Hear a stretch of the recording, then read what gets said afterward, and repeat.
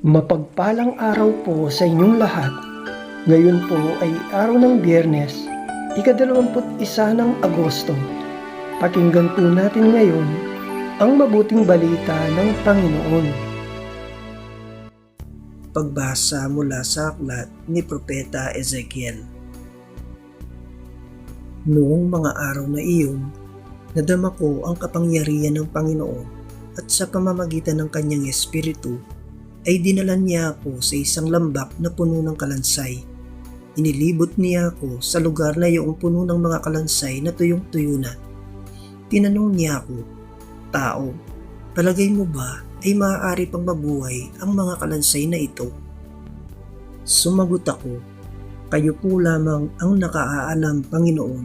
Sinabi niya sa akin, "Magpahayag ka sa mga kalansay na ito.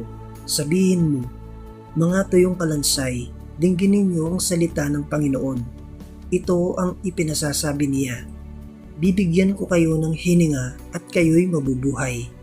Lalagyan ko kayo ng litid at laman at babalutin ng balat. Bibigyan ko kayo ng hininga at kayo'y mabubuhay. Sa gayon, makikilala nilang ako ang Panginoon." Nagpahayag nga ako tulad ng utos sa akin. Nang ako'y nagsasalita, nagkaroon ng malakas na ugo at nabuo ang mga kalansay. Nakita kong sila'y nagkaroon ng litid at laman, nabalot sila ng balat, ngunit hindi pa humihinga. Sinabi sa akin ng Panginoon, "Tao, tawagan mo ang hangin sa lahat ng dako. Sabihin mong ipinasasabi ko, hangin, hingahan mo ang mga patay na ito upang sila'y mabuhay." Nagpahayag nga ako at pumasok sa kanila ang hininga. Nabuhay nga sila at nang magtayuan, sila'y ubod ng dami, parang isang malaking hukbo. Sinabi sa akin ng Panginoon, "Tao, ang bansang Israel ay tulad ng mga kalansay na ito. Sinasabi nila, tuyo na ang aming mga buto, wala na kaming pag-asa, lubusan na kaming pinabayaan. Kaya nga, magpahayag ka.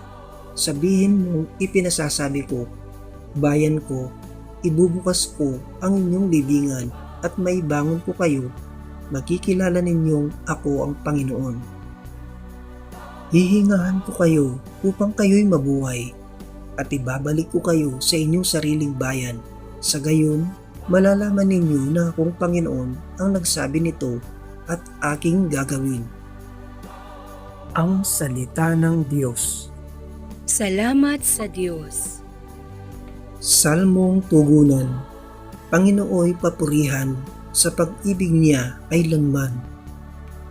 Ang mga naligtas tinubos ng Diyos, bayaang magpuri, yamang nangaligtas sa tulong ng poon. Sa sariling bayan, sila ay tinipot pinagsama-sama. Silang at kanluran, timog at hilaga ay doon kinuha. Panginooy papurihan sa pag-ibig niya kailanman. Mayroong naglumagak sa ilang nadako at doon nanahan, sapagkat sa lungsod ay wala ng lugar silang matirahan. Wala nang makain, kaya't nangagutom, nauhaw na lubha. Ang katawan nila ay naging lupaypay, labis na nanghina. Panginooy papurihan sa pag-ibig niya kailanman. Nang sila'y magipit, sa Panginoong Diyos sila ay tumawag at dinidig naman sa gipit na lagay sila'y iniligtas. Inialis sila sa lugar na iyon at pinatnubayan. Tuwirang dinala sa payapang lungsod at doon tumahan. Panginooy papurihan sa pag-ibig niya kailanman. Kaya dapat namang sa Panginoong Diyos ay magpasalamat dahil sa pag-ibig at kahangahangan niyang pagliligtas. Yaong nauuhaw ay pinaiinom upang masiyahan. Ang nangagugutom ay pawang binubusog sa mabuting bagay. Panginooy papurihan sa pag-ibig niya kailanman. Aleluya, aleluya. Panginoon, ituro mo na yung landas ay sundin ko sa pagtahak sa totoo. Aleluya, aleluya. Ang mabuting balita ng Panginoon ayon kay San Mateo. Noong panahong iyon, nagtipon-tipon ang mga Pariseo nang mabalitaan nilang napatahimik ni Jesus ang mga Saduseyo. At isa sa kanila, isang dalubhasa sa kautusan, ang nagtanong kay Jesus upang subukin ito, "Guro, alin po ang pinakamahalagang utos sa kautusan?" Sumagot si Jesus, "Ibigin mo ang Panginoon mong Diyos ng buong puso, ng buong kaluluwa, at ng buong pag-iisip. Ito ang pinakamahalagang utos. Ito naman ang pangalawa, ibigin mo ang iyong kapwa gaya ng iyong sarili." Sa dalawang utos na ito nakasalalay ang buong kautusan ni Moses at ang turo ng mga propeta. Ang mabuting balita ng Panginoon. Pinupuri ka namin, Panginoong Hesukristo.